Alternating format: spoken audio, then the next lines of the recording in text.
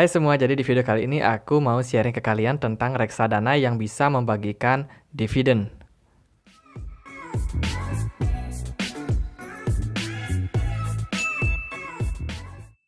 Seperti yang kita tahu, kalau dividen adalah hasil pembagian keuntungan dari sebuah perusahaan yang kemudian dibagikan kepada para pemegang sahamnya dalam periode tertentu.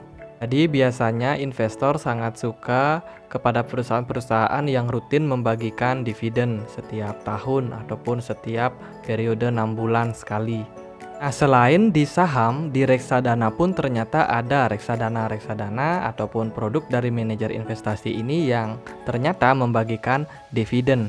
Dan periodenya pun bisa bermacam-macam, ada yang setiap bulan, ada yang 3 bulan sekali, ataupun ada di bulan-bulan tertentu. Nah, ini kembali lagi kepada manajer investasi yang bersangkutan.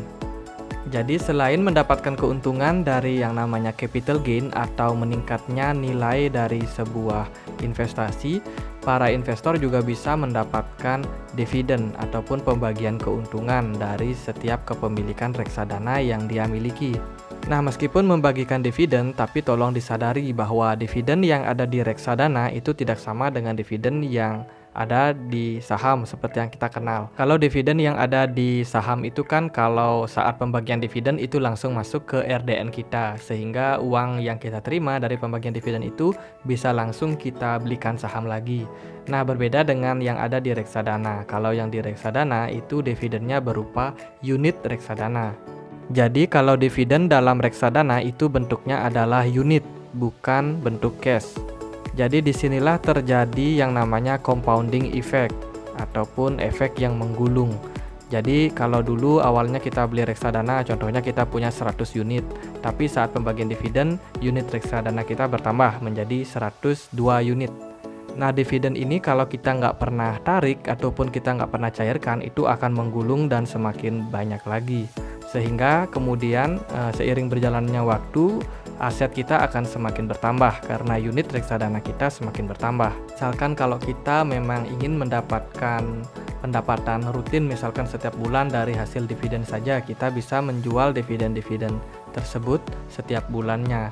Tapi kita harus memilih juga reksadana mana yang bisa memberikan dividen setiap bulannya. Kan tetapi untuk investor jangka panjang idealnya adalah dibiarkan saja. Jadi reksadana itu jangan kita ambil dulu ataupun jangan kita cairkan dulu, melainkan kita biarkan supaya menggulung lebih banyak lagi sehingga di masa depan keuntungan kita lebih berlipat ganda. Sekarang aku akan sebutkan saja produk-produk dari manajer investasi ini yang bisa memberikan dividen.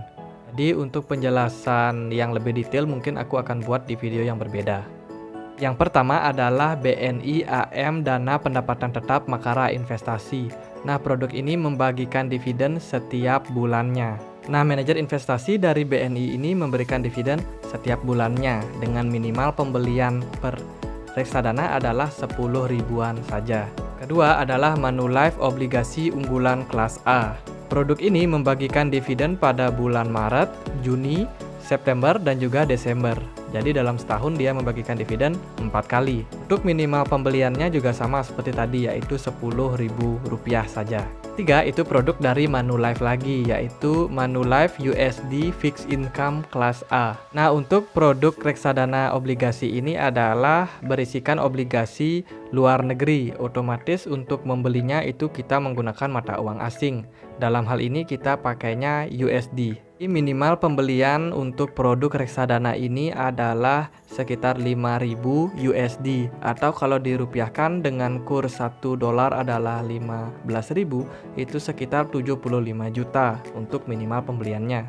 Reksadana ini akan memberikan dividen pada bulan Januari, April, Juli, dan Oktober.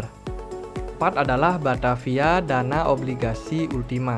Dari manajer investasi Batavia ini membagikan dividen rutin setiap bulan mulai bulan April 2021 dengan minimal pembelian yaitu Rp100.000.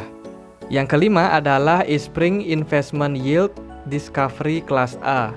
Untuk pembagian dividennya ada di bulan Januari, April, Juli, dan Oktober. Untuk minimal pembeliannya adalah Rp100.000. Yang terakhir adalah Schroders Dana Mantap Plus 2. Untuk pembagian dividennya ada di bulan Maret dan juga September. Untuk minimal pembeliannya adalah Rp100.000. Nah, teman-teman, kalau diperhatikan dari grafik reksadana pendapatan tetap yang membagikan dividen itu kan kelihatan sangat volatile. Jadi naik turun, naik turun. Itu sebenarnya wajar, dimana ketika sebuah reksadana itu membagikan dividen, itu harganya akan otomatis turun. Tapi meskipun turun, jumlah unit yang kita dapatkan itu cenderung bertambah. Jadi teman-teman nggak perlu kaget ataupun khawatir bila mana kalian membeli reksadana ini dan kalian melihat mungkin portofolio kalian tiba-tiba menjadi merah. Tapi itu sebenarnya wajar karena memang dari capital gain kalian turun tapi dalam jumlah unit kalian meningkat. Jadi sebenarnya pembagian dividen ini tidak akan membuat kalian rugi. Oke deh, sekian aja video kali ini. Kalau kalian punya pertanyaan jangan ragu tulis di kolom komentar. Jangan lupa untuk klik like, komen, dan juga subscribe. Akhir kata saya Andre, makasih.